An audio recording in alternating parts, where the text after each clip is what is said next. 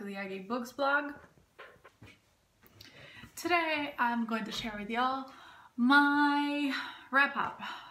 I'm sorry, I'm trying to get all with the glasses and it's all I can think about. But anyways, yes, my wrap up for the month of May. Did we just go through May? Yeah, I think I just went through May. So without further ado, if you want to see a video of that, just keep watching. First and foremost, because if you guys didn't know, then you would be. It's Voyager by Dana Gabaldon. This is book number 3 in the Outlander series, and this one follows Claire as she embarks in a new adventure, and Jamie and Claire together again after they have to get out of Scotland and have a travel and sail through the Caribbean islands in the search for John Ian, Jenny's and Ian's younger child. And it's a Dana Gabaldon book, so you know it's going to be a cozy one, and I didn't really put it in any TBR. I've just really been reading it slowly but surely, because this is one of those books and one of those authors that I don't like to rush, mainly because there's so much going on in this book that is just not good, because you miss it and then you have to reread it. And it's not that it's a bad thing to reread it, I just like to take my time with them, that's all. Second, it is another end, because it's Winter by Marissa Meyer, and this is the last installment in the Lunar Chronicles. This one follows Winter, and she is Levana's stepdaughter, and she's been having to live with Levana for long years, and as always, you're of course going to see Cinder and Scarlet and Cress and the captain and even Wolf as well in some part of the books. Honestly, I was torn about this one. I didn't like it as much as I like the other ones, and I don't know why. It might be because I don't think, it's not that it's not as good as the other ones, because it is. It's mainly that I like it so much that I didn't want it to end. And then we have, sorry, I have them all over the place.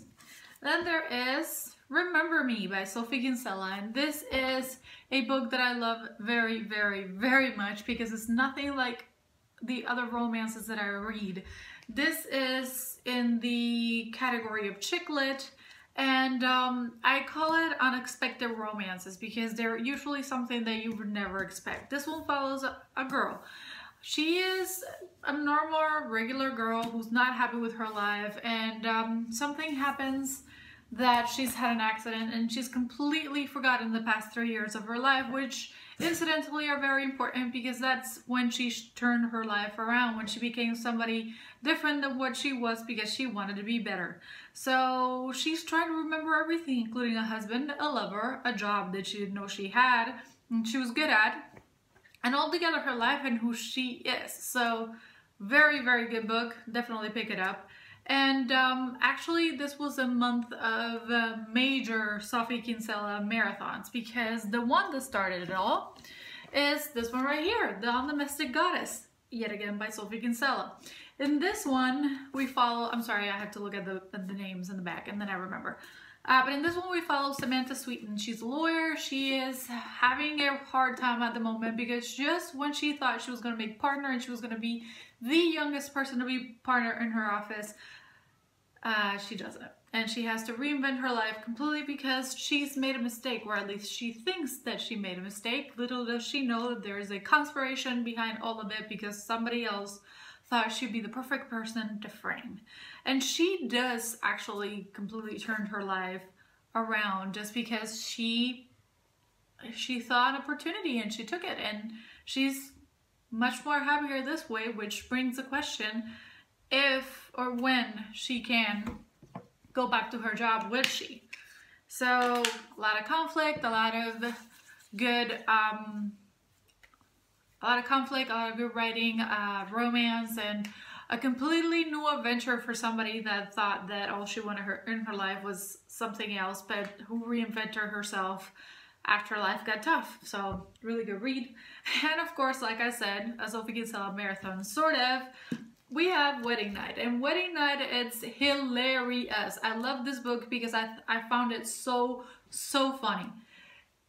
in a nutshell, this is about two sisters and you'll get their true perspective. Lottie is convinced that her boyfriend is going to propose and she thinks that he's the perfect man, so she runs out, gets him a ring because, again, she thinks that men get the short end of the straw when a proposal is being set up because they're too nervous and blah blah blah. End of the story is that he does not propose. He is very far away from it and was never thinking about doing anything like that. However, she dumps him because of him, because she thinks if they can't have a future, then why is she in a relationship with him? Anyways, she then finds Ben, and Ben is her leap year sweetheart that they found themselves in Mykonos in Greece, and now they're reconnecting and they get married.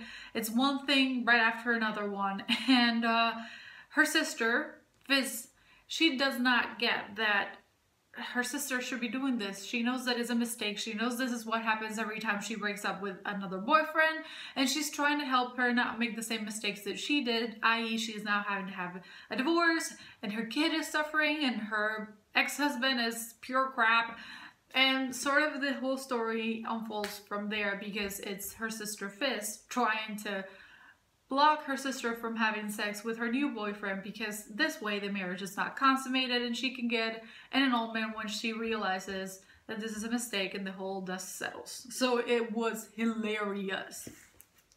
Definitely recommend it if you're looking for something that is just easy and nice to read and very breezy and like a Sunday afternoon kind of book. And here is actually this is I've Got Your Number by Sophie Kinsella as well. Again, I marathoned it this month. So I've Got Your Number. It's another hilarious book. It's pretty much a, well, this one, it's about Poppy. And Poppy has the perfect fiance with the perfect family. They're all smart. They're super academic. And she feels a little bit thrown by all of this because she doesn't understand half of what they're talking about. She doesn't fit in very easily. And to make matters worse, she's just lost the emerald ring that has been a family heirloom for a long, long time, and does not know where it is. And afterwards, she actually gets her phone stolen as well, which brings her to a very difficult and new position in her life when she finds a phone and a paper basket, a waste basket, and just appropriates it because she needs a phone in order to have the whole place where she's at call her all about her ring.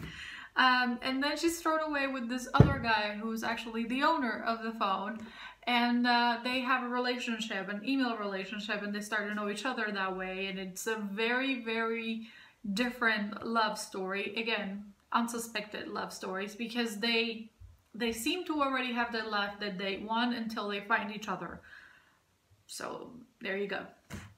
And then we have Mr. Maybe by Jane Green, and I don't have very many good things to say about this book. I picked it up mainly because it said Mr. Maybe. Usually you go for Mr. Right.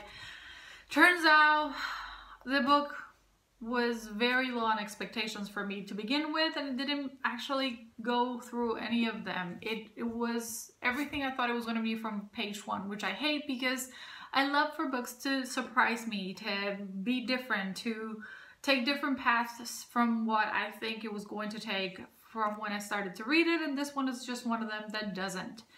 In a nutshell, it's Libby, and Libby, it's one of those girls who wants to marry rich, wants to stop working, and definitely does not want to raise children while she works. So she's looking for the perfect man, the perfect husband that can allow her this life and allow her to quit her job as well. Pardon me. Outlander mug.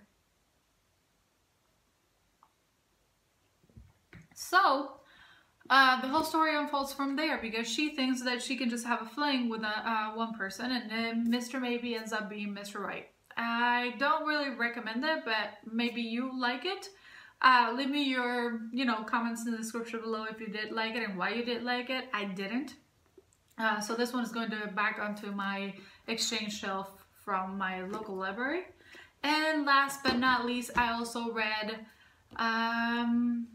Colton Baby Homecoming.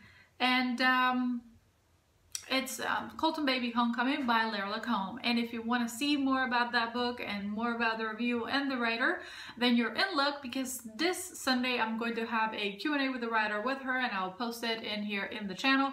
So if you want to see that, just tune in. And that is all. If you want to see the reviews for the Sophie Kinsella books, I'll leave the links in the description below, because they are here in the channel, but they are as audio reviews. I didn't want to make a whole video about them, because if I did, I would have to have done it all together, all the authors, and I thought it was better to do them individually, so that you can pick and choose whichever of them you like better.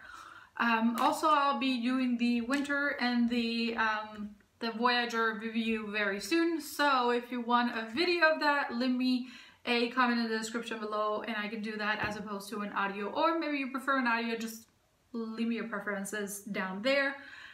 I think that's all for today. I hope you guys enjoyed this video. Don't forget to give it a thumbs up and subscribe so you don't miss any new ones. I'll see you soon. Bye bye.